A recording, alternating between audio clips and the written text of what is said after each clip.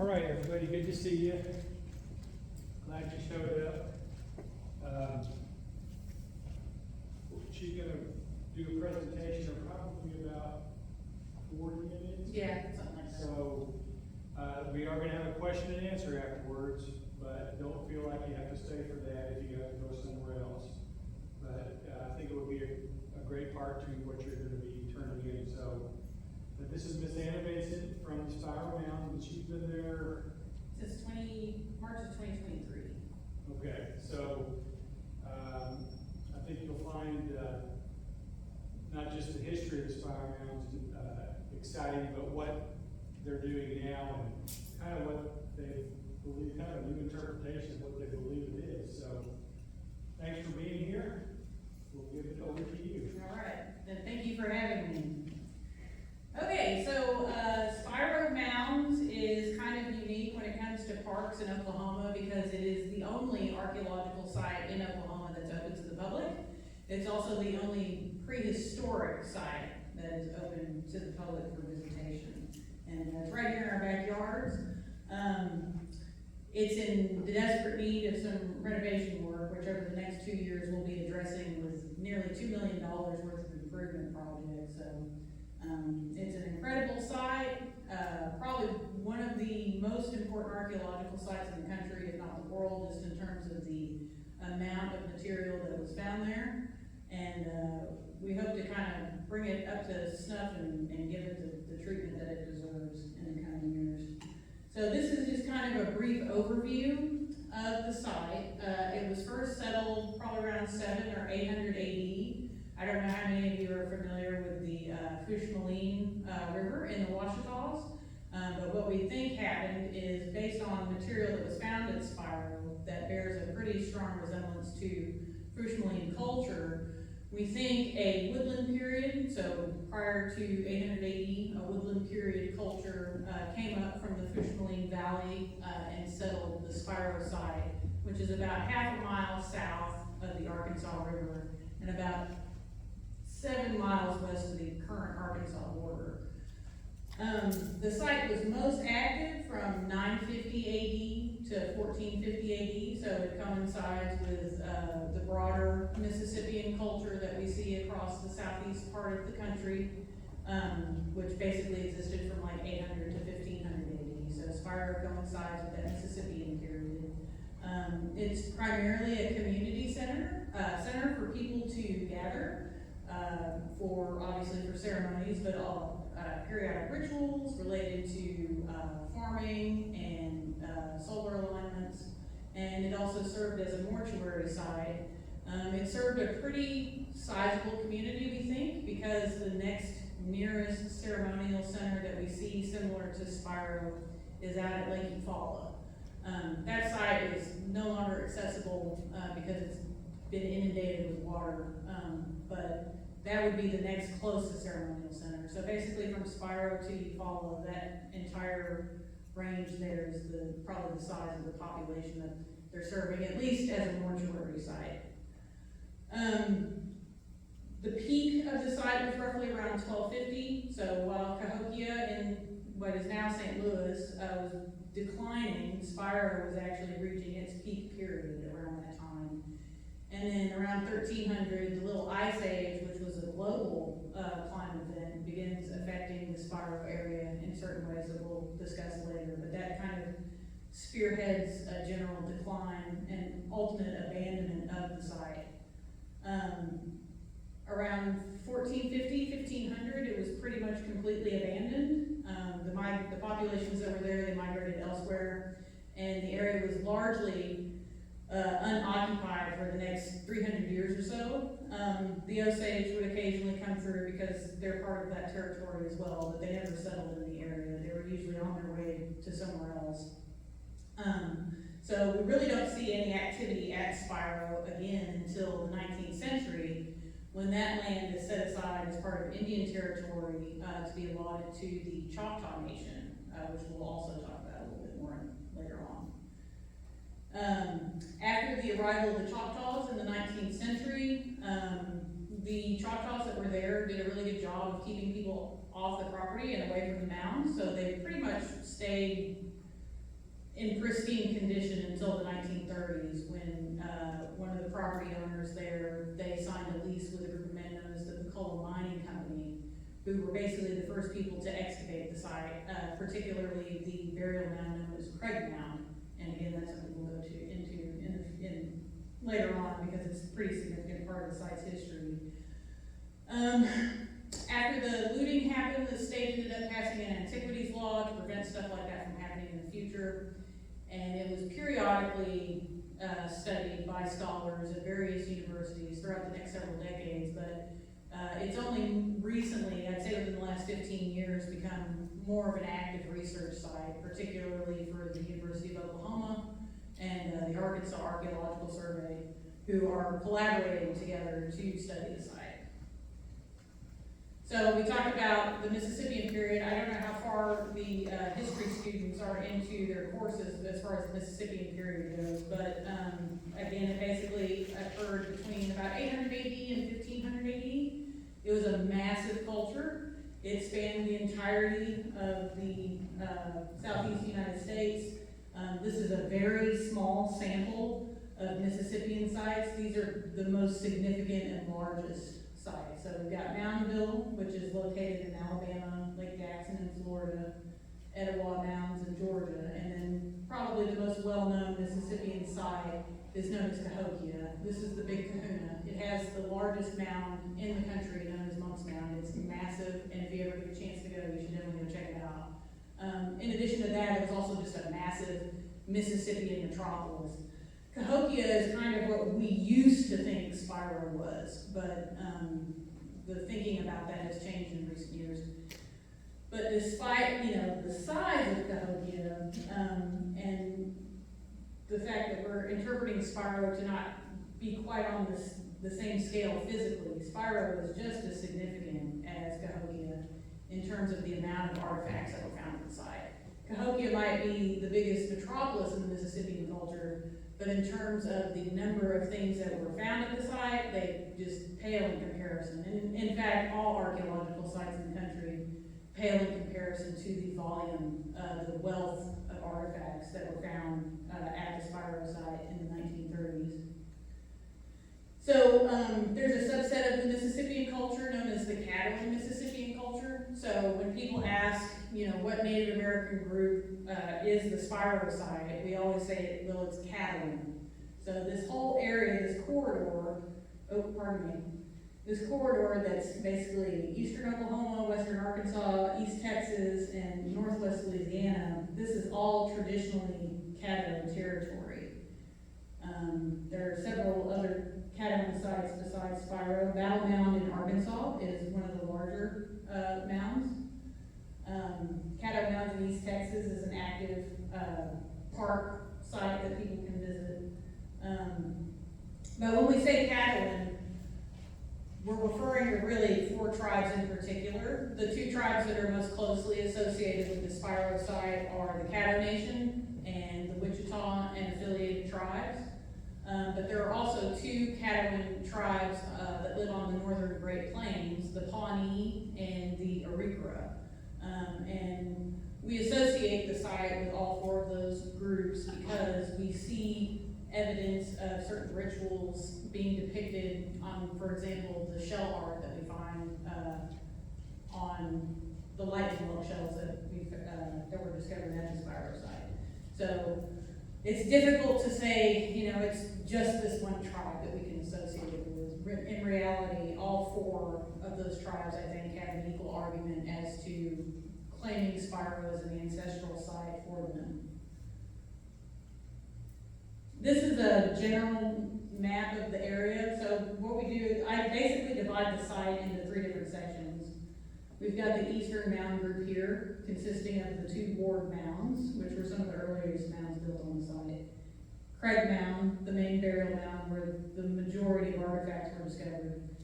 Then we've got this empty I say empty. It's empty in that there aren't any mounds in this area, but there was definitely plenty of human activity. If we have time, I'll talk later about ground penetrating radar and radiometry scans that we've done on this area and what it's revealed and changed our thinking about Spiro.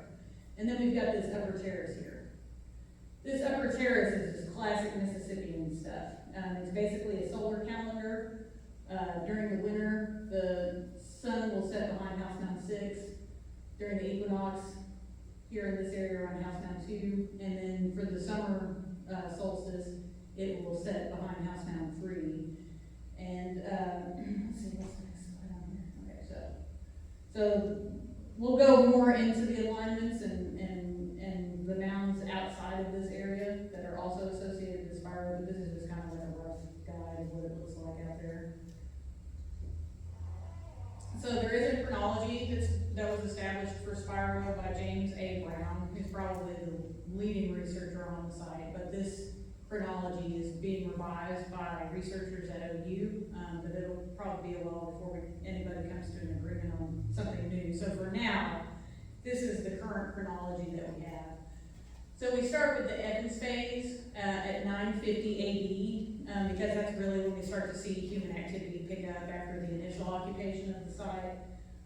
During the Evans phase, there's a population that is concentrated basically in and immediately around what is the current day Spiro Park site.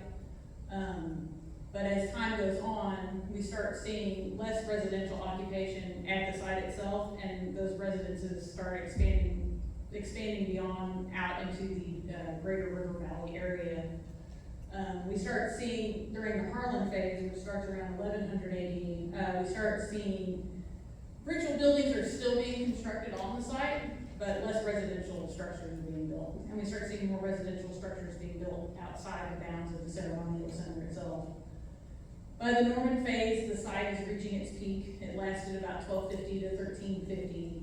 Around this time, Brown Mound, which is one of the larger ceremonial mounds. We've got Cobble Mound, which is a ceremonial mound, and we've got Brown Mound, which is a ceremonial mound. This mound it falls out of favor with the local population. They basically just stopped using it, and instead, they focus all of their activity on Craig Mound, which again is the main burial mound on the site. By 1450, the ceremonial center is pretty much completely abandoned. There is a trace burial deposited on the site occasionally, but for the most part, it's completely fallen into disuse.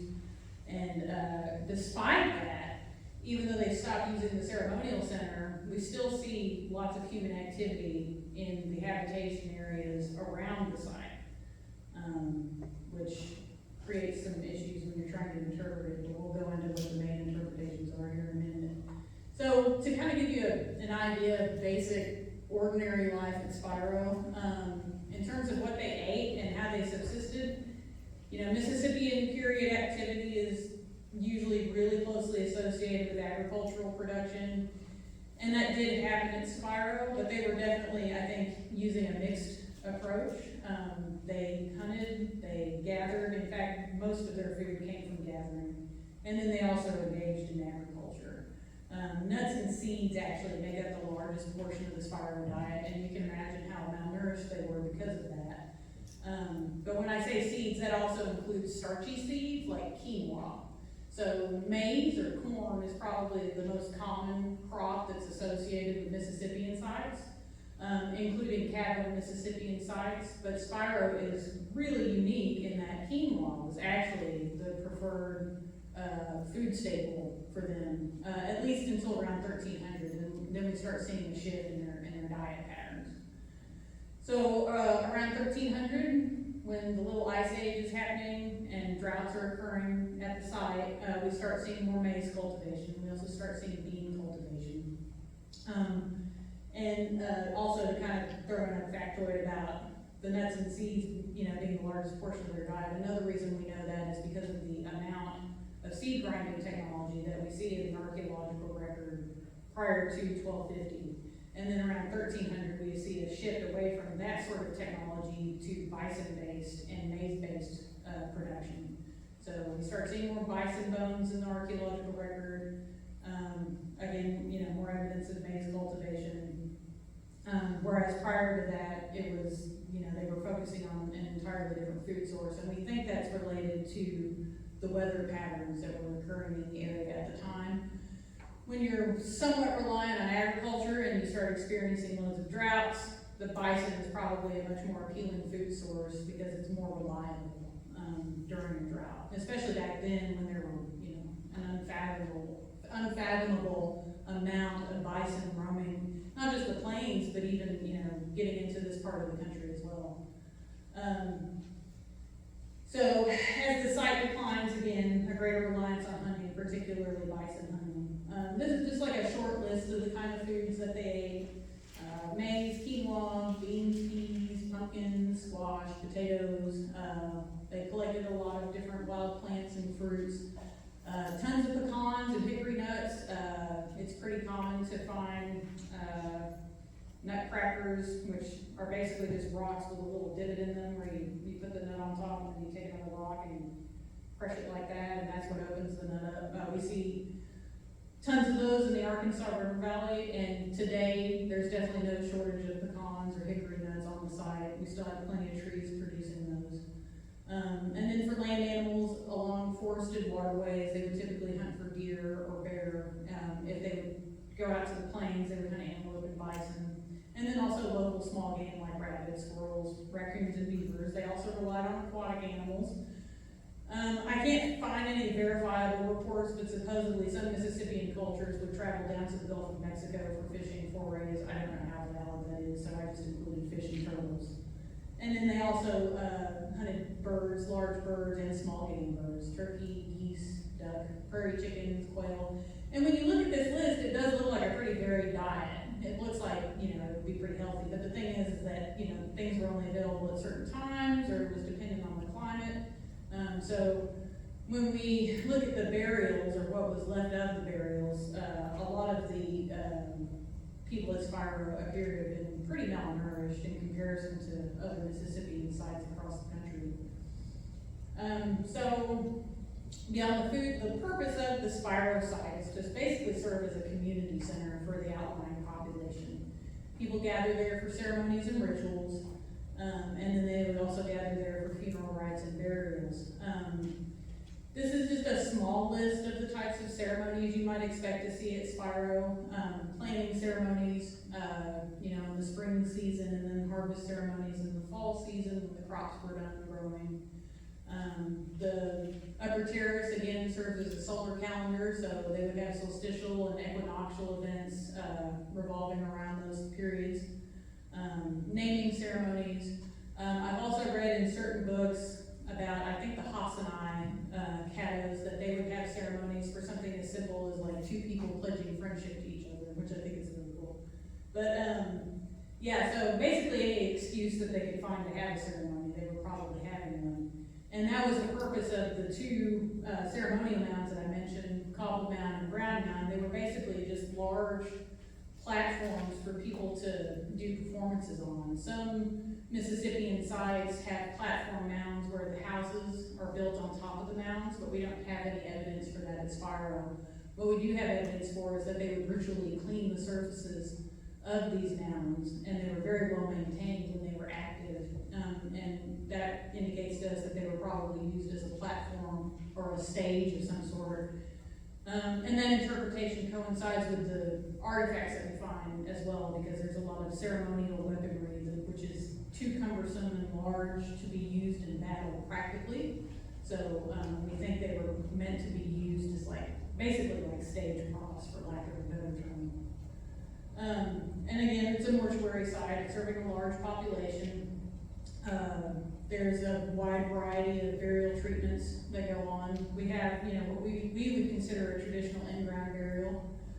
Sometimes those burials were deposited on the outside of Craig Mound or around Craig Mound.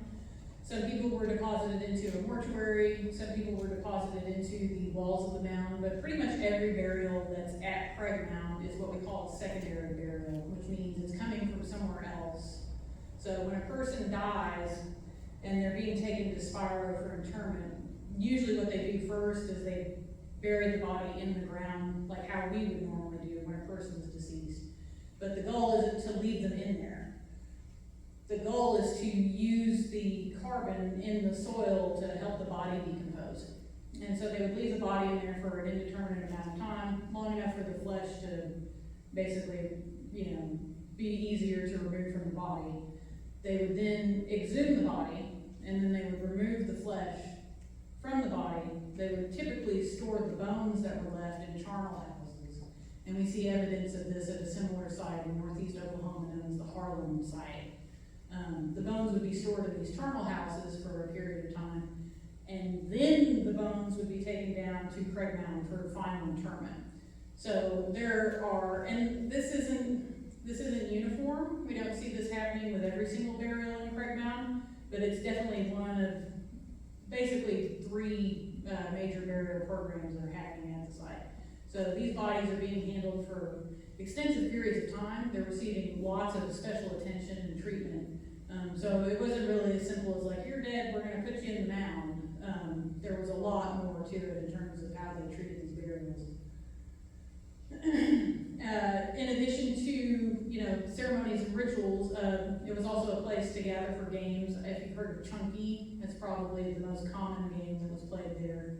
And then obviously the theatrical performances, for lack of a better term, that I described earlier.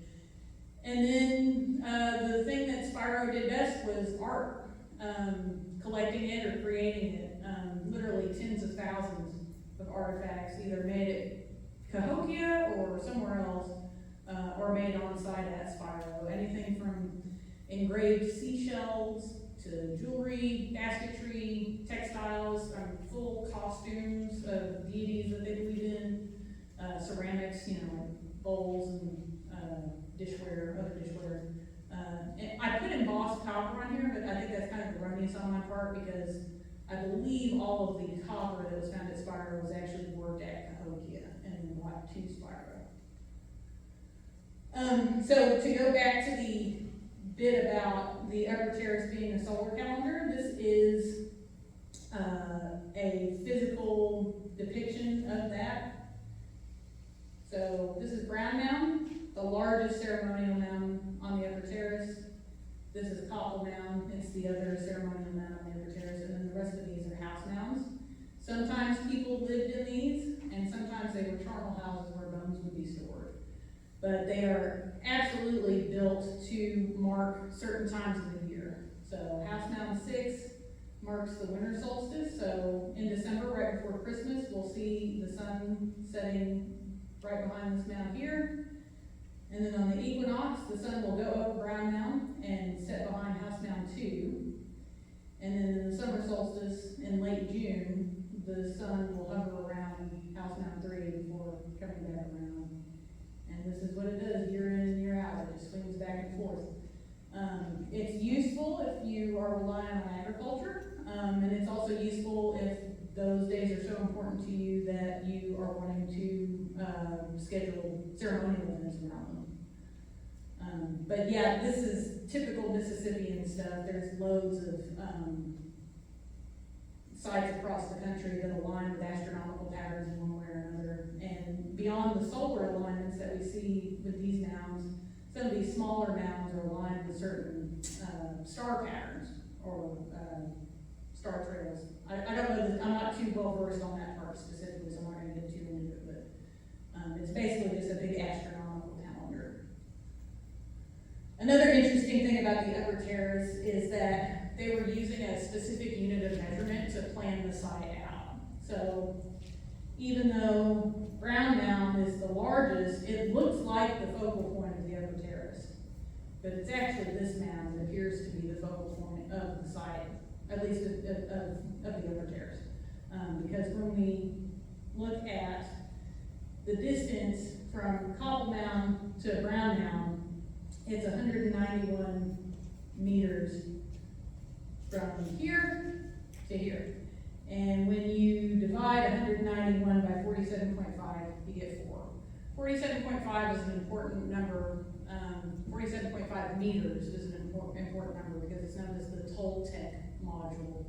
It's a proposed unit of measurement that was used not just at Spiro, but at other sites in the Arkansas River Valley, including Plum Bayou, which used to be known as Toltec Mounds, outside of Little Rock. Everything on the Upper Terrace measures out to some other feature on the upper terrace in a factor of 47.5 meters. So, and as you can tell, a good chunk of them all refer to cobble mound for that factor. And then we also see the two board mounds, which are way down here, completely away from the upper terrace. Even these two mounds measure to basically 47 meters. So they had their own unit of measurement, and they were using it to plan these sites out and construct them, usually in reference to one specific mound in particular. So it's not just a solar calendar or an astronomical calendar, it's also like a feat of public planning, at least for that period of time, or at that point in history, or prehistory, as you say. And then beyond the Spiro site, which is basically this little area right here next to the river. So we've got Fort Coffee here, we got the Arkansas River, Spiro would be down here this way. Then we got Pecola, and then the Choctaw Casino over there by the state line, and then we've got South Fort Smith. So in South Fort Smith, there is a mound known as Kavanaugh Mound, and it is located right here. This point right here is Brown Mound. So about 9 miles away, in almost a nearly straight line, Brown Mound lines up with this Kavanaugh Mound. Kavanaugh Mound was constructed, and then it was ritually sealed, as in, so typically what they would do when they're constructing a mound is they would build a platform mound, which is basically like a truncated pyramid with the top cut off, so it has a flat surface on the top. But then, once they were done constructing it, they would usually ritually seal it with a cap of dirt that would actually make it look more rounded in appearance than flat. So they constructed Kavanaugh Mound, and then they sealed it with this dirt cap, and then after that, we don't have any evidence of it being used. So they built it, but they never actually engaged in any sort of like ritual or ceremonial activity on the mound. But it's still there. It's right next to a trailer park in the middle of town. You've taken a trip out there. So we've got these two mounds, this one, which isn't even, anywhere near the Spiro site, and then about a mile west of Brown Mound, I didn't mark it on here, but there's a mound right here known as Schedule Mound. So all three of these mounds line up and are meant to mark the equinoxes. Supposedly, from Schedule Mound, you could see the clear line of sight to Brown Mound and then down to Kavanaugh Mound, but that's not verifiable now because Schedule Mound collapsed in the 1930s and killed a guy, and so they decided to just excavate it to the ground and get rid of it altogether.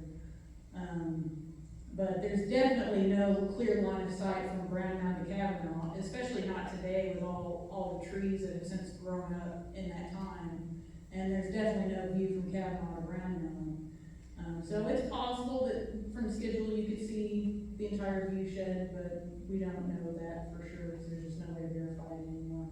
But it's still really incredible that, almost 10 miles away they were able to build this thing and still have it line up with Brown Mound. So almost, like, it's basically within 1 degree. It's really impressive considering the lack of equipment that they had back then. So let's kind of get into some of the numbers. There are basically two significant archaeological features, both of them in Craig Mound, where the bulk, probably 80 to 85% of all the artifacts that were found at Spiro were found. Those two features are known as the Great Mortuary, which was what existed first, and then that was later dismantled, and a circular room that we now call the Spirit Lodge or the Central Chamber was constructed where that mortuary was. And this is where we find most of the material. The problem with this inventory for the Central Chamber is, as you can see, we've got two different lists going here. So the first people to get access to the Central Chamber were the members of the Pecola Mining Company. These men were not miners, they were not a company, and they definitely were not archaeologists. They kept no record of anything that they were doing, no notes, no sketches, photos, nothing. So what we know about the contents of that room are basically based on oral interviews with members of the Pecola Mining Company well after they had breached the Central Chamber, And also the work of Mr. Hamilton here, who spent pretty much most of the 1950s with his wife tracking down all of the private owners of the artifacts that were sold to them out of Great Mountain. So we've got two different lists going here that differ pretty well in terms of, you know, what they're saying was actually in that room. So just as an example, McDonald's list says that there were 1,200 pounds of shell beads found in the central chamber, whereas Hamilton says that there were about 400 pounds of shell beads found. But in terms of numbers, that's really not what makes the central chamber or the spirit lodge significant. It's more significant in terms of the symbolism that it represents. Once you get into the Great Mortuary, though, that's where we really start to see numbers that kind of make any archaeologist's head spin. The one I like to point out first to people is that there were over 50,000 shell beads found in the Great Mortuary. Most of these shell beads either came from lightning whelks from the Gulf of Mexico, or more commonly from Olivella shell, which is actually sourced to Baja, California. And then 17,000 gastropod shell beads. So we're talking, you know, over 65,000 shell beads alone. That's not getting into everything else that we find. Over 2,000 pieces of lightning whelk cut fragments, most of which had to be pieced together. They did manage to take all of the marine shell fragments and trace them. And at our visitor center, we have a collection of 6 very large books, which were a labor of love by James Brown and Philip Phillips to trace every single piece that was found at Spiro, so that we can get a better idea of their mythology, because the lightning whelk inscriptions or the engravings are pretty much their writing system. They didn't have a written language. So anything that we really know about Spiro people and what they believed and their mythologies come from these shells. It's kind of ironic because when the coal mining company was going through Craig Mound, they were not impressed with the marine shell fragments. They thought they were completely worthless, so they would just toss them wherever. Visitors that came down to the site said it sometimes looked like fresh snow had fallen on the ground because there was so much seashell material strewn about the entry to the burial ground. I'm not going to go into all of this, obviously, but as you can tell, this is a pretty extensive list of material that was found. 13 pairs of, you know, you've seen people with gauged ears, so they don't have anything on the Mississippian people. A lot of the ear schools that we find at Spiro are just absolutely ginormous, and the Spiro people and other Mississippian people were really fond of them because we find quite a few of them at the site. 13 pairs of the pulley-shaped type, and then 12 of the solid type. Headbands, again, you know, we found baskets filled with costumes depicting mythological figures that they believe in. Just it's literally like I'm speechless sometimes thinking about how much stuff was found at Spiro. You know, other archaeological sites in the country, they might be bigger, they might be more politically significant, but in terms of the number of things that were found at Spiro, it is the richest collection of Native American artifacts that has ever been found in one spot north of Mexico. And that is quite something to say, considering the number of Native American archaeological sites across the country. So where was all this stuff coming from? This guy here, his name is, we call him Big Boy. He's sometimes known as Resting Warrior, Morning Star, he who wears human heads as earrings. He's got like 20 different names, but the most common one is usually the Big Boy or Resting Warrior. He's made out of a red pipestone that was sourced from the upper Midwest. He is an effigy type, so he serves as an effigy, but you can also smoke tobacco out of him. And all of these effigy pipes were crafted at Cahokia before they made their way to Spiro. And then we've got the copper repoussé work. They would take copper and work it down into sheets, and then they would emboss the copper into something sort of like what you see here. All of the copper repoussé work, again, was done at Cahokia and more than likely sourced from the Great Lakes region, although there is a deposit in the South Appalachian region that some of the copper may have been sourced from as well. But again, this is another example of an artifact that would have been created at Cahokia and then brought to Spiro. This picture, this obsidian blade is terrible, but there's not many photos of it. So Spiro is, another reason Spiro is unique is because it's the only Mississippian site where we have evidence of Mesoamerican obsidian. There's an obsidian deposit in the Hidalgo region of Mexico, which is outside present-day Mexico City. What we think happened is we don't, as romantic and as awesome as it would be, we don't think there was any contact between Spiro and Mesoamerican cultures directly. So what we think happened is the obsidian made its way up to the Puebloan towns in the southwest, and the Spiro people were definitely trading extensively with them, and that's probably where the obsidian comes from. As you can see, the Olivella shell from Baja California, that was also something else that came through the Puebloan towns. Spiro was basically the last trading outpost before you got to the Pueblo town, so it kind of makes sense that a large chunk of material is actually coming through those trade routes. And then the lightning whelk shells, I don't know how much I agree with, going down this far. The lightning whelks at Spiro were all chemically traced to the Florida Panhandle region. But either way, it's impressive.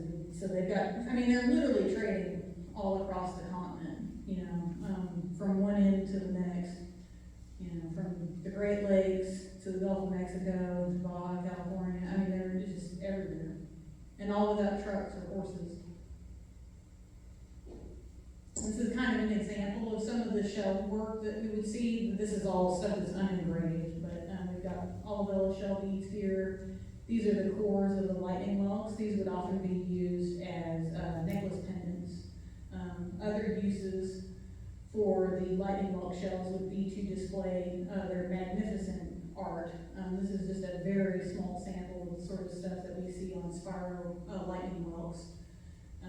Most of it is a reflection of a mythological worldview that basically divides the universe into three parts: an upper world, our world, and a below world. Birdman was probably the most significant figure that came from the above world. We see falcon imagery everywhere in Mississippian culture. And then as far as the underworld is concerned, we see more snake-like creatures that are associated with that. Lots of human-animal hybrids, lots of animal-animal hybrids. So it's hard to kind of parse this stuff and make sense of it sometimes, but it's definitely a lot of fun to look at. And you saw on this slide here, the Birdman depiction. This is what it looks like on the shell itself. So, and these weren't just, for decorative purposes. They were using them. Typically as drinking cups or dipping cups. In a selection of lightning whelks found at Spiro, we have found evidence of yaupon holly residue. Yaupon holly can be used as a stimulant. You can make a tea out of it that serves as a stimulant and an emetic or a purgative, which means if you drink it, you will throw up, which is common in a lot of entheogenic practices. There's usually some substance that's consumed before the actual ritual to cleanse the person before they engage in the ritual.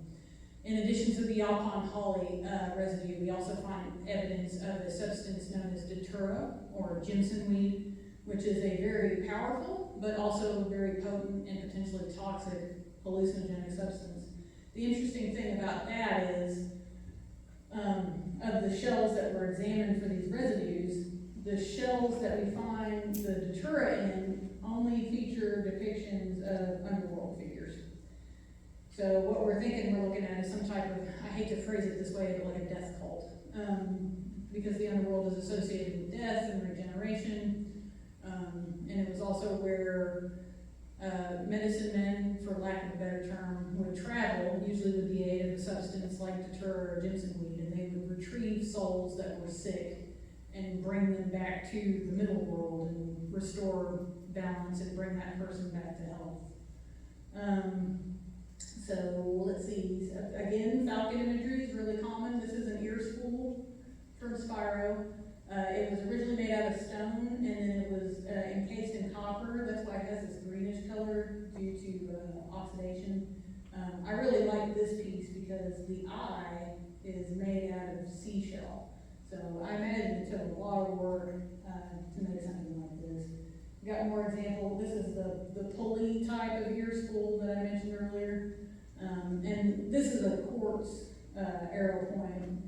This material isn't very common at Spiro, but it looks cool, so I put it in there. Probably the most common material that was used to make arrowheads and spear points and things like that was a material known as vaculite, which is unique because it only occurs in Arkansas and Oklahoma in the Ouachita Mountains. The majority of the arrowheads that were created at Spiro were made out of this substance, or out of this material. Today, they're still mining the vaculite in the Ouachitas, especially around the Hot Springs area. It's pretty much used to make whetstones or sharpening stones for blades, but it's also got a lot of silica in it, so it can be used in electronics and in the space industry as well. So, again, around 1300, we start seeing the effects of this worldwide climate event known as the Little Ice Age. So, most of the world, it's called the Little Ice Age for a reason. It creates global cooling temperatures. Europe in particular is affected by abnormally cold temperatures compared to what they usually get. And we know this from looking at like newspaper reports and journals from people that lived during the Little Ice Age in Europe. As far as trying to figure out how it affected the Spiro area, we have to look at things like tree ring data. And that's how researchers got this map here. This is a composite map that covers, I think from like, what does it say? 1378 to 1401. So as you can see up near Cahokia, they were getting really bad, but things weren't going too well here in Spiro either. So we're talking about a pretty prolonged and extensive drought. Around this time, the two, correlation doesn't necessarily equal causation, but this is sort of the interpretation for things as they stand right now. The Little Ice Age happens, and around the time it happens, we see the construction of the central chamber or the spirit lodge. The Spiro people dismantled the great mortuary, which was in the Craig Mountain, and they take about, maybe 20 of these 18-foot tall cedar poles, and they construct this teepee-shaped room where the great mortuary is. And it's filled with artifacts, but it's not really, the amount of material that's in there that matters, and it's not like they just took a bunch of artifacts and threw them in there like they were using it as a storage room or something. It was very meticulously set up, almost as if it's trying to depict some sort of ritual scene. The current interpretation of the contents of the spirit lodge, we kind of look at it as something similar to the ghost dance, which is what we call a renewal ritual. This is kind of common with Native American cultures. Renewal ritual is basically, you have a situation that's not going very well for you, you hold this ritual, and the idea is that it will kickstart everything and restart the universe and get things back to where they were before the bad stuff started happening. And that's sort of like what happened with the ghost dance on the Great Plains, and that's kind of how we're interpreting the construction of this spirit lodge at Spiro as well. So they build this room, and they construct several altars, 1, 2, 3, 4, and I believe one in the middle too, but it looks a little bit different from the others. These all line up with the cardinal directions. And again, there's a variety of artifacts placed in specific parts of the room. As far as the accuracy of this, it has to be kind of taken with a grain of salt because it's based on oral interviews with members of the coal mining company years after they first reached the room. But this is the best idea that we have of what it looked like. So copper axes, pearl beads, masks, a few effigies. The interesting thing about the effigies is that the two female figures are placed in the center of the room. And in Mississippian culture, feminine figures are associated with rebirth, and they are associated with giving life. In certain Caddoan cultures, only women are allowed to plant the seeds at harvest time because they're the life bearers. We think that bears some kind of significance on the construction of this lodge and their placement in the center of the room as opposed to the perimeter like the alligator effigy and the big boy rescue warrior statue was placed. Each one of these altars have a pile of blankets on them, and hundreds of pounds of shell beads placed on top of those blankets. I would disregard this burial right here. That interpretation is kind of questionable. We don't know if that was actually there or not. Maces. The medicine bundles here, there was a series of baskets that each had a copper lid with embossed artwork on them, similar to what we saw earlier.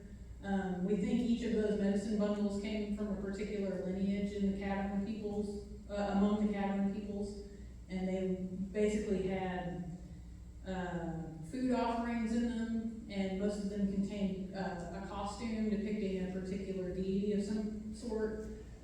We don't know a whole lot about these because what's left of them are being very, very preserved by the tribes, and they don't want anyone researching them. Medicine bundles are kind of a sensitive subject with Native Americans for understandable reasons.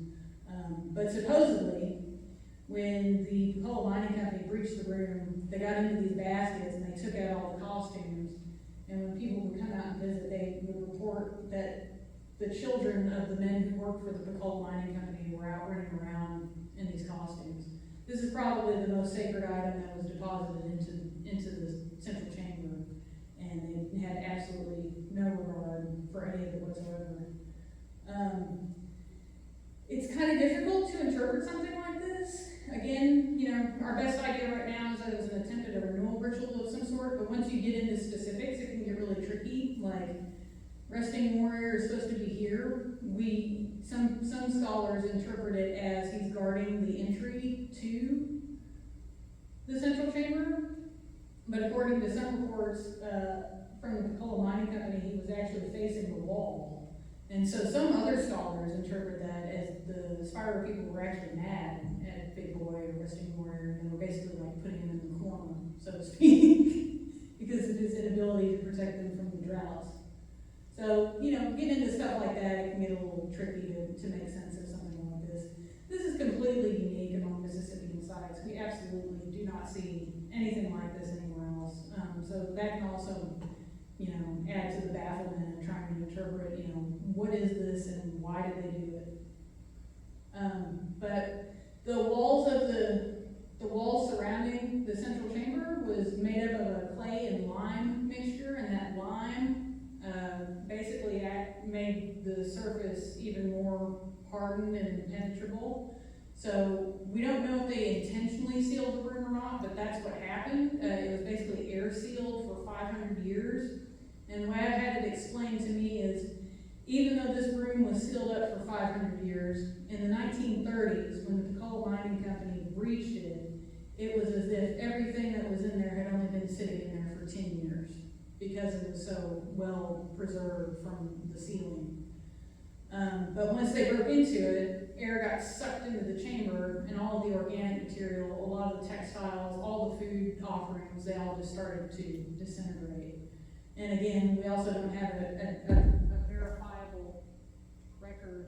We don't have a verifiable record of, the exact contents of the room, because they didn't take any notes or, leave any sketches or any record of what they saw the moment they got into it. They just went in there and they started taking out artifacts and selling them to the local relic dealers. So basically, after they sealed up the central chamber, that was pretty much the end of the ceremonial center. Again, we still see human activity going on outside of the ceremonial center itself, but as far as the Spiro site is concerned, it's pretty much done for, apart from a few trace burials that get deposited every once in a while. We don't believe there was any European contact with the Spiro people. Some people look at the skirmish between Hernando de Soto's camp and the Tula people as a possible interaction between Europeans and the Spiro people, but we don't know that for sure, and a lot of scholars think that battle actually occurred further into Arkansas. So as far as we know, the official word is that there was European contact with the Spiro site. So even the human activity during the Fort Coffee phase outside the Spiro site, that ultimately diminished too. So where did these people go?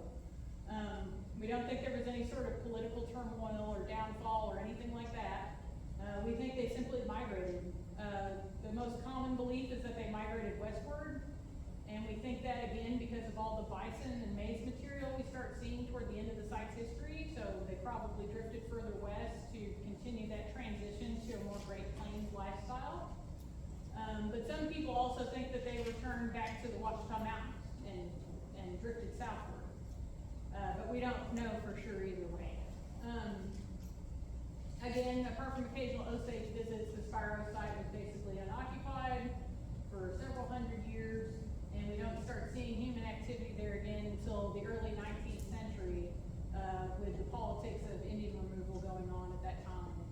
1820, we see the Treaty of Doak Stand. 1824, Indian Territory is established, what would become Oklahoma. And then in 1830, the most significant thing is that Andrew Jackson signs the Indian Removal Act into law.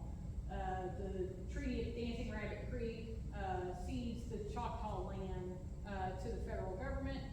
So they are forcibly removed from where they were living in the southern United States, and they are brought here to this area.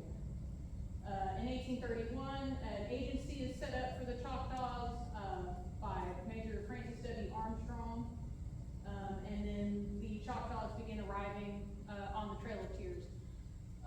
A lot of them arrived by foot, but also a lot of them arrived by boat. They would come down the Arkansas River, and there were basically two landing rocks.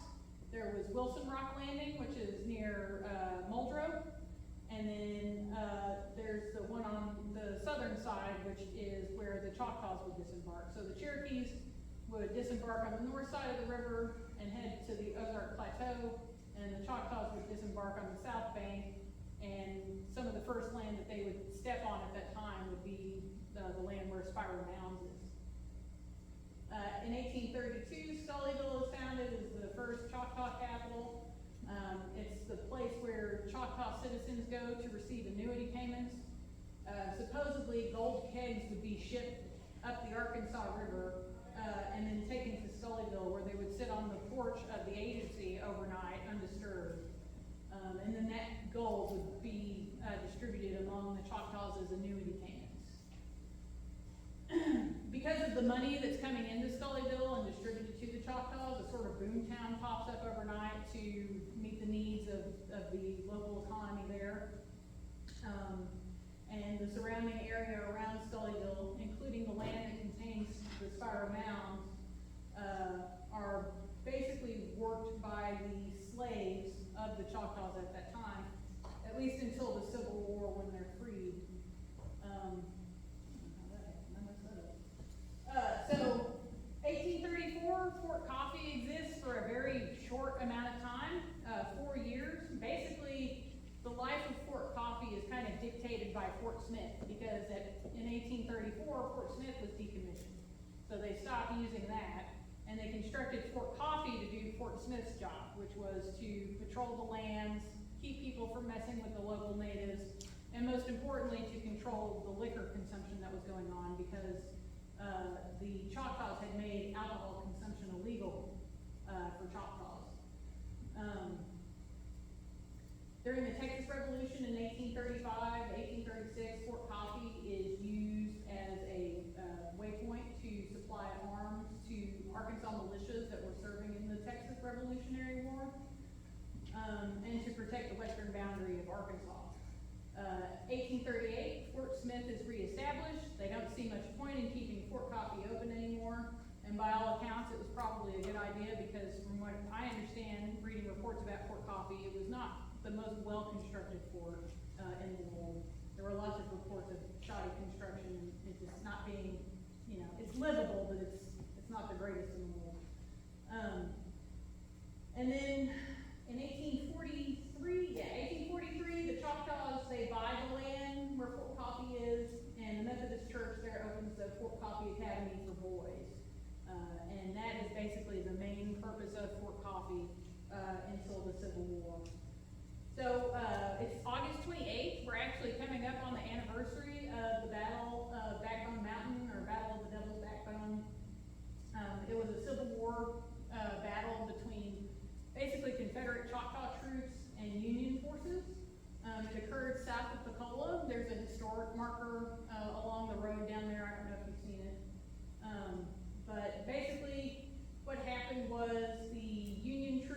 won the battle of Backbone Mountain, and then once they were done, they retreated back to Fort Coffee and they burned it to the ground.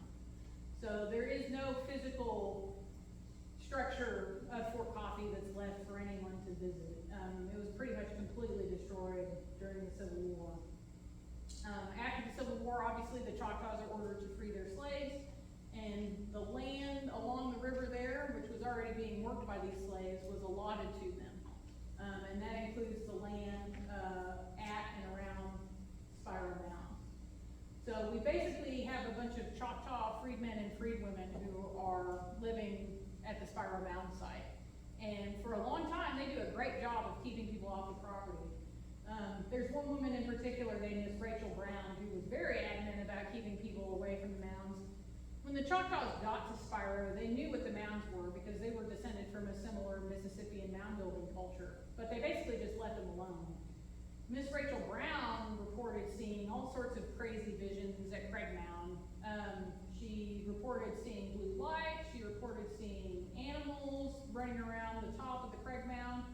She said her farm animals would get really spooked every day at dusk, and it really freaked her out. And because of that, she was very adamant about keeping people away, basically for their own safety. Unfortunately, she did pass away, and some of the other freedmen and freedwomen weren't as enthusiastic as she was about protecting the mound. So ultimately, one of the other property owners there, his name was George Evans. He was actually the legal guardian of the descendants of Rachel Brown, and so he was the one that was making all the legal decisions for the Brown family.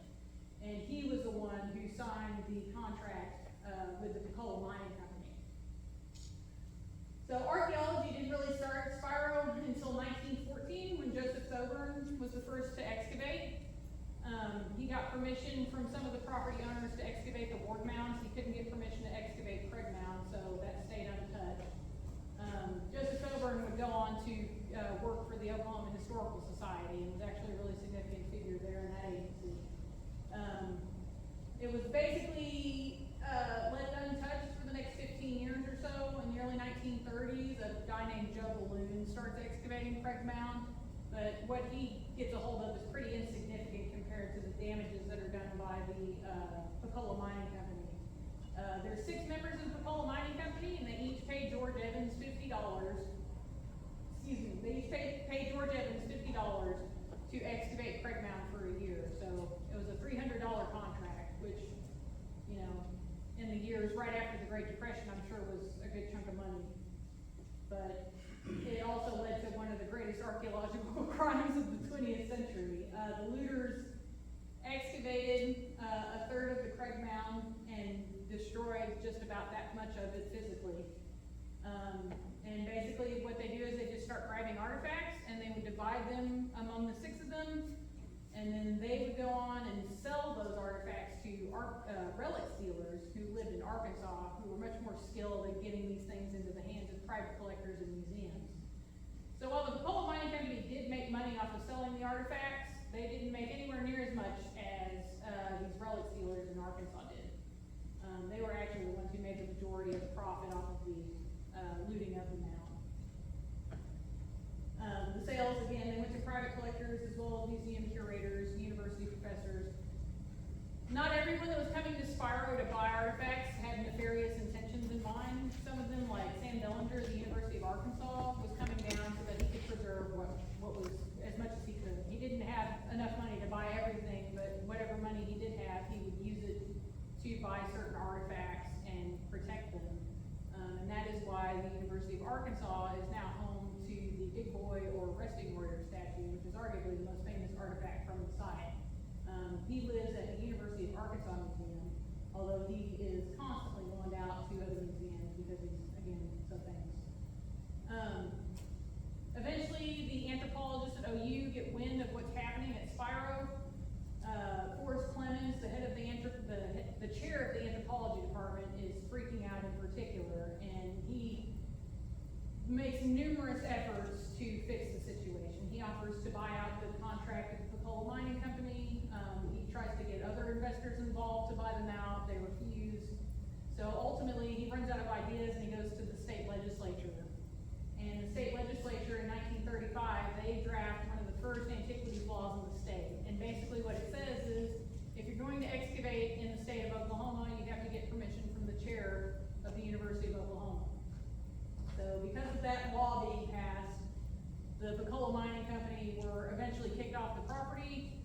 but it was kind of too little too late.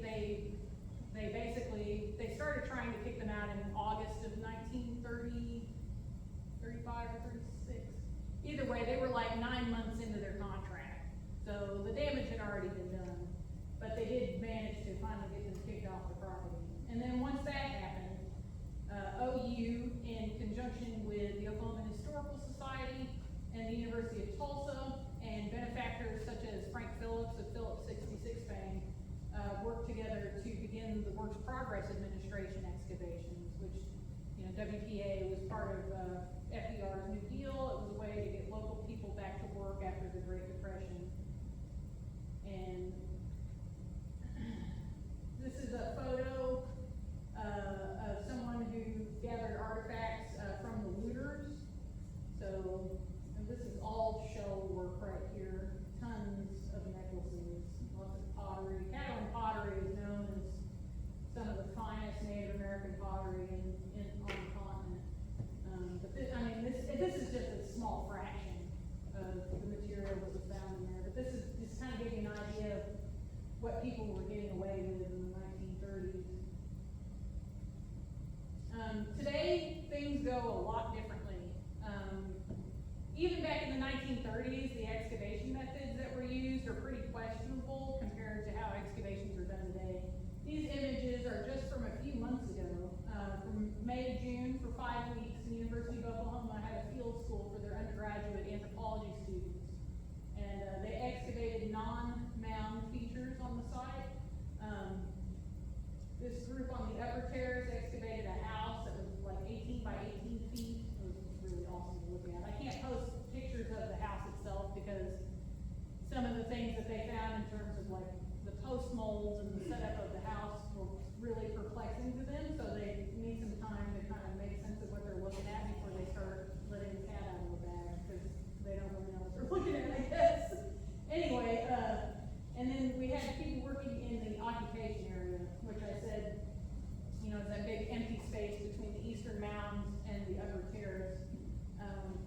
This area here is probably either some sort of dump site where pottery was being dumped, or it was a workshop site where pottery was being worked, because they found an inordinate amount of pottery sherds here in this area. And they found an intact bottleneck, which doesn't happen very often in archaeology.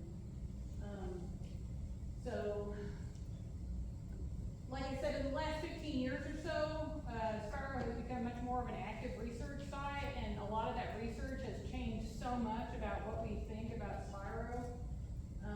That occupation, I don't have time to go all the way back through it, but the occupation area, that big empty space, we used to think there was a large city there, and that Spiro was a lot like Cahokia. Well, about 10 years ago, OU took a gradiometer, which is basically a big radar that can detect, radiometry measures magnetism in the soil, magnetism that's left behind from human activity. It sends a pulse down into the ground, and any magnetism in the soil is sent back up to the radar, kind of like a Doppler radar works with weather when it's scanning clouds for precipitation. And what they found was about 60 what we call anomalies, or things that aren't supposed to be there. And they were arranged in a really neat grid-like pattern that runs north to south all along the edge of Craig Mountain.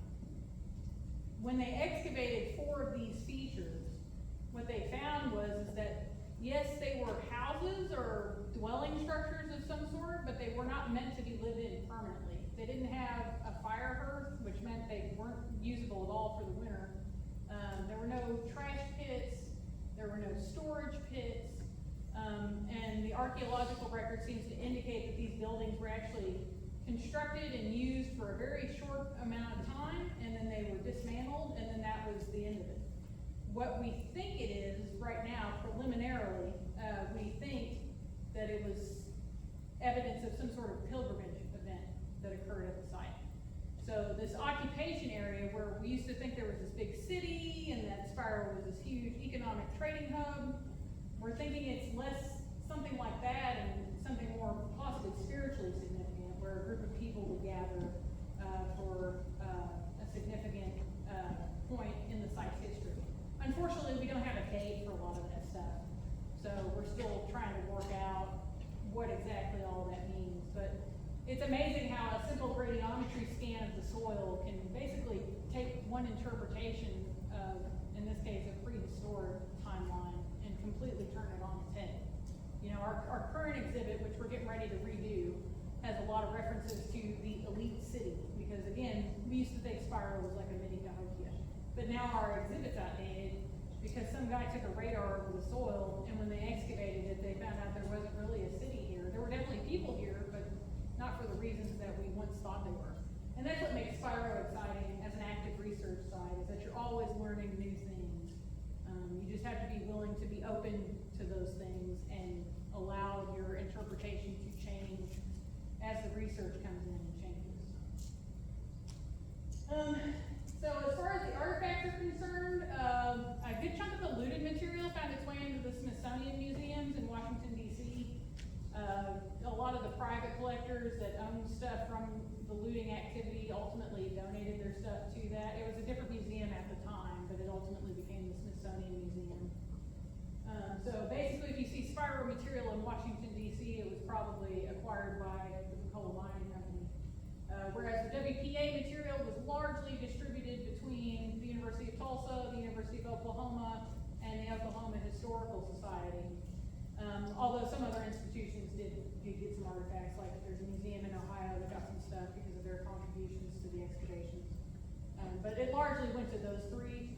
OU has the largest collection of Spiro material, and they also have the largest collection that's on display to the public at the Sam Noble Museum of Natural History, which is worth a visit in general, but also for the Spiro stuff.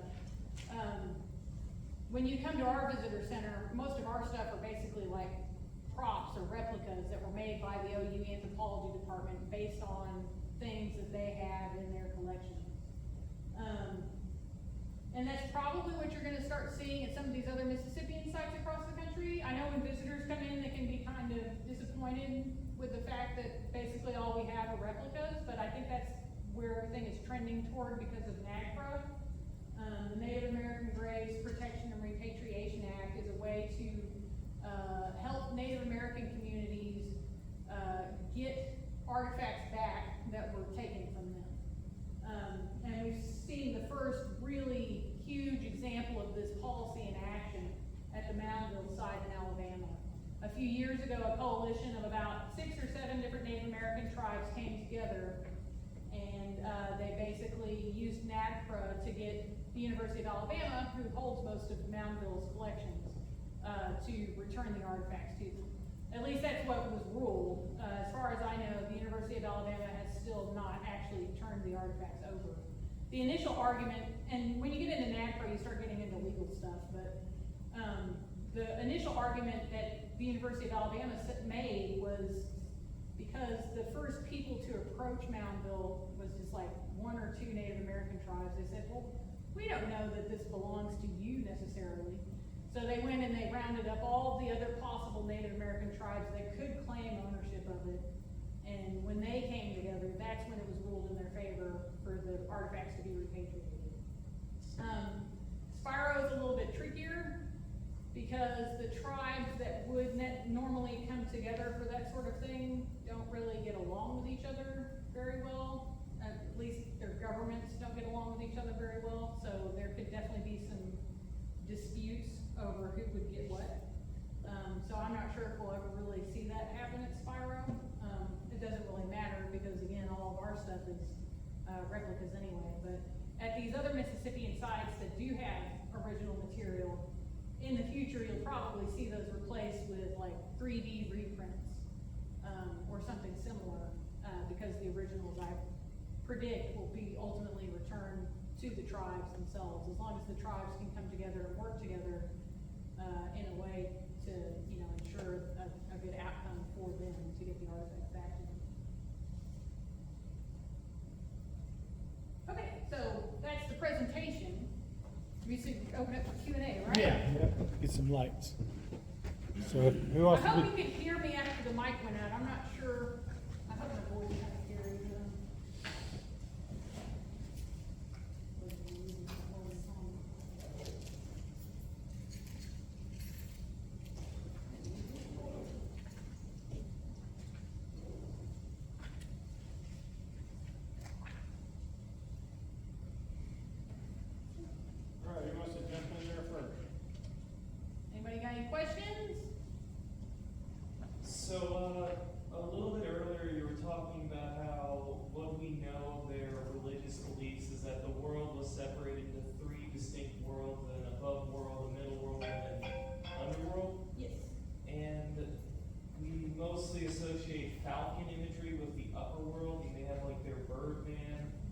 snake imagery and possibly snake deities related to the underworld.